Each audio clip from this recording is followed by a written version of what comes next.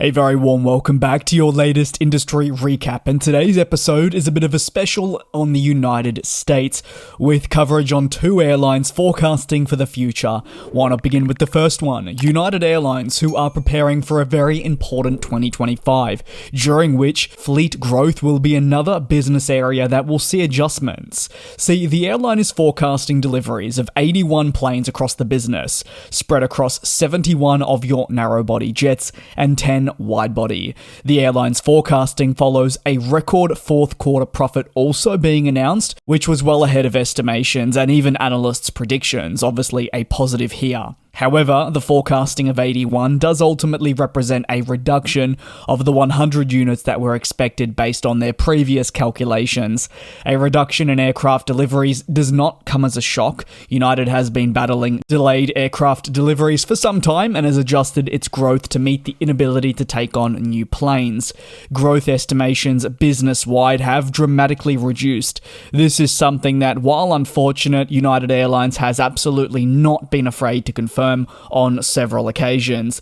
They believe that growth just really won't be possible due to the continued complications in acquiring new planes. After many years of waiting, however, if we're talking more of your wide-body planes, they feel they're in a position where they've acquired quite a few and are able to really expand their route network in a positive manner, really executing those plans to increase capacity. That international capacity, the airline confirms, does actually state was a really important part of the quarterly results being so positive. It therefore is going to continue remaining a focal point. Moreover, your international margins are continuing to rapidly outpace their domestic margins. During the pandemic, United said it put a great amount of focus on the recovery of international flying and emphasis on future growth here. They say it's turned out to be the right move. While specific markets have experienced headwinds in capacity, overall improvements have been made after aggressive expansion to fend off competition and capture substantial market share. Of all the aircraft that United Airlines expects to take delivery of, the A321neo series, interestingly, is one that they determine to be a more essential pillar for the future. They say that they're ultimately behind, however, on adopting this aircraft. A really key comment to receive. Last summer, it had 12 units. This summer, it's expecting to have somewhere in the range of the mid-30s. However, this is still a slower adoption than United Airlines would have ideally liked. It does feel it's behind, therefore, some of its nearest competitors concerning this aircraft, and they feel like they are ultimately trying to navigate through a really complex operating environment. They can't get the most out of the aircraft that they do have. On top of all this, these planes are so important because they are the highest margin plane flying in the country, and 2025 is therefore seen internally as a bit of a pause year, allowing them to recalculate. The bandwagon, therefore, with substantial profit increases and improved margins, are only expected to occur in 2026 and 2027, when the airline believes acceleration will finally take place. But 2025, again, I'll confirm to you, is a bit of a pause year internally. But while I've been focusing in on the A321neo, what about the 737 MAX? Well, United Airlines dramatically relies on the 737 MAX for its current operations, but it also will long into the future. However, it's not been a lie that the adoption of this plane has certainly presented its challenges. From aircraft groundings to delayed deliveries, quality issues, unfortunate events such as crashes and certification problems.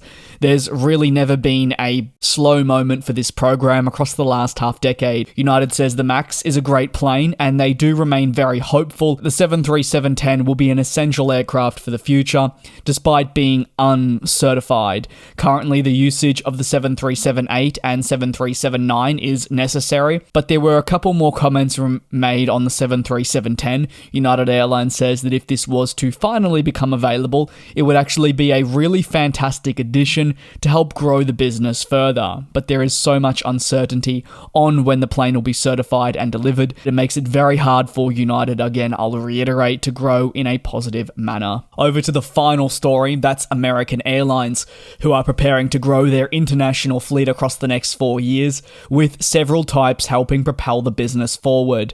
The major US carrier remains excited to elevate the customer experience across its fleet and will introduce new state-of-the-art flagship suites on the 787-9 and XLR later this year. Although Although the A321XLR has yet to be delivered, it is expected to play a fundamental role in the airline's operation across many fleets. American Airlines predicts its international long-haul fleet will actually grow from the 125 units featured today to 200 by 2029, this over the next 4 years.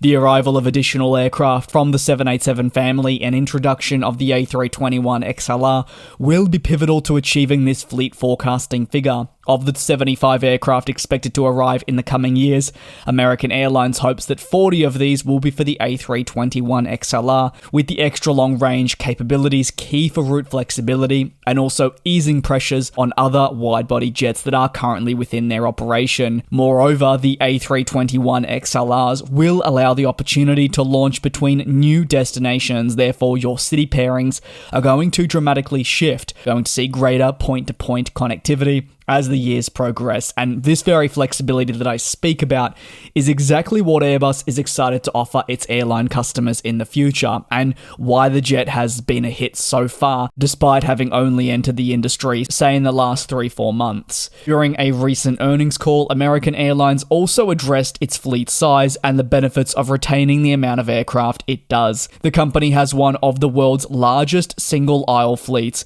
and a sizable commitment to families, including the A320. It also remains one of the largest 737 operators. American Airlines says the benefits of having a fleet of this size is actually pretty straightforward, and that is through the efficiency that this combination offers. The carrier has actually condensed its operation, believe it or not, to now a handful of aircraft types rather than a dozen, dramatically simplifying its day-to-day business, and this includes servicing, crew, pilots, supply, and engines. American Airlines also believes this continues to its wide-body division, keeping a very simplified model and following a pattern seen with United Airlines, who also have a massive love for the Boeing 787 Dreamliner. The airline's fleet consists of the Dash 8 and Dash 9 models.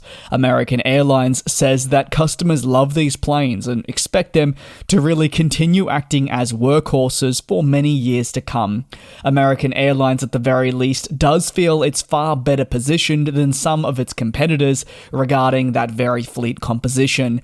Capital spending over the long run, they say, will be modest as they look to keep their aircraft on longer than maybe some other airlines would ideally do so. But American Airlines believes they're in a position to really do this. They can extend the retirement of specific jets wherever deemed necessary. I'd love to hear your take on United Airlines and American Airlines planning for the future with some very bold fleet planning. Thanks again for your support. Take care, do be safe, and I'll see you tomorrow for your next industry recap. And we'll fly.